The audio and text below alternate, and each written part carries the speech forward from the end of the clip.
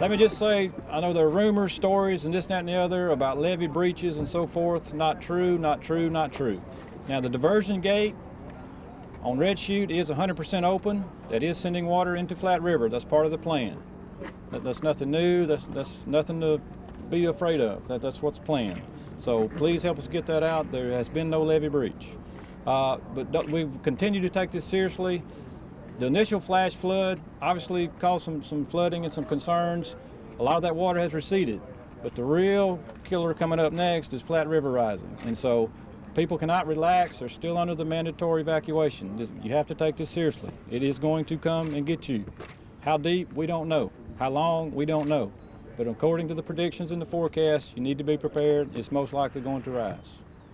Sheriff Whittington, about how many people would you say at this point have been evacuated? Well, we ordered 3,500 the other night and probably another 5,000. 32,000, yes, sir. Okay, 32,000. I apologize, I couldn't hear, sir. How many in this particular subdivision? Oh, I'm sorry, something said sandbag. This has upwards of about 1,000 people. 1,000 here. And then one north. So, around 5,000, 6,000 so far, and there's some that probably are in the area that haven't been named, so it's significant.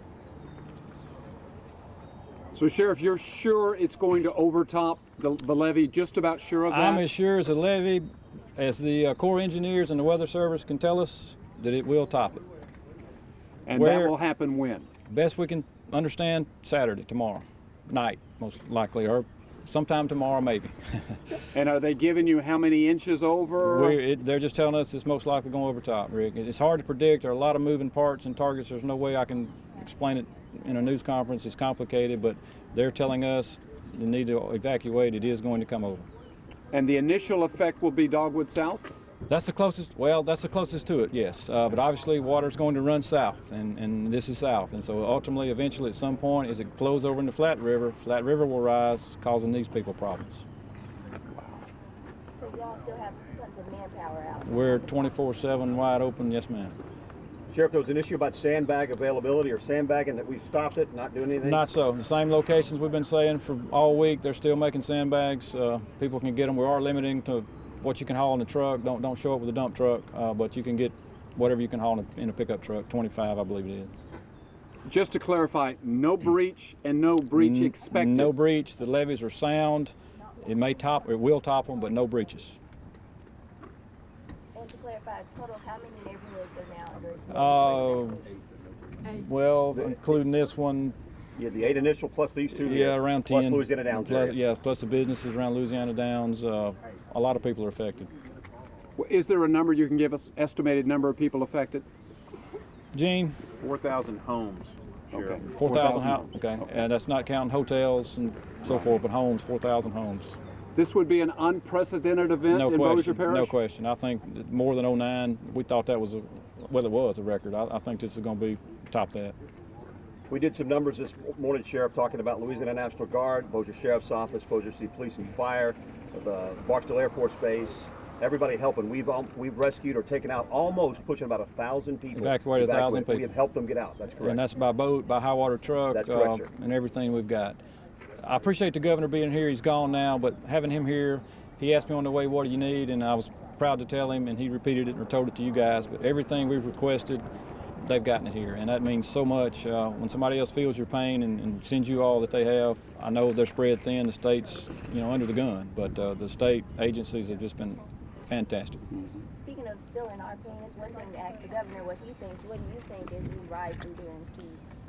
I feel a little bit of their pain. My home is on the other end of the parish, but I'm borderline. I know we've had some deputies' homes to flood, so it's personal to all of us. Yeah.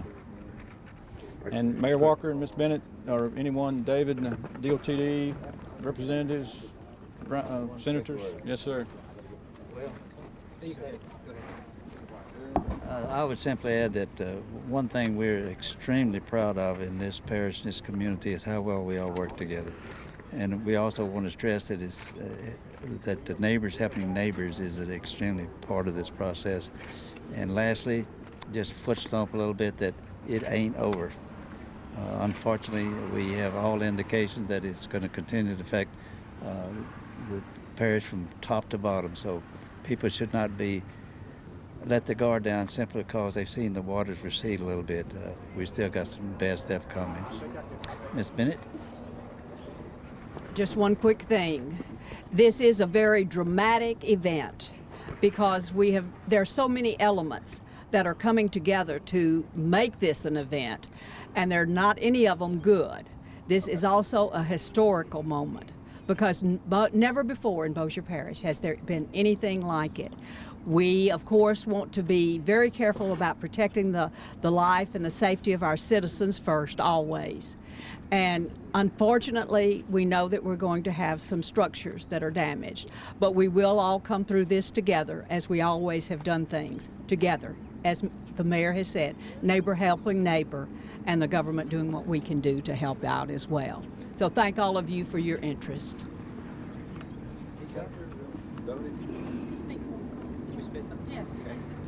My name is Ryan Gatti. I represent Bossier, Webster, Claiborne, Bienville. This is a historic event. Just because the sun may come out and it may stop raining, please know that if you've been asked to evacuate one of these subdivisions, you should strongly consider evacuating as soon as possible. You don't want to take any risk when the water comes over the top of the levee. It's expected to be at a substantial amount of water, and no one is really sure how that will affect the neighborhoods. But if you are left behind, please, we want to make this clear. Law enforcement and National Guard may not be able to get in there to help you. So now's the time to evacuate. This is a historic event, it's a statewide event, and we don't want to put any more stress or pressure on law enforcement or our first responders. Thank you.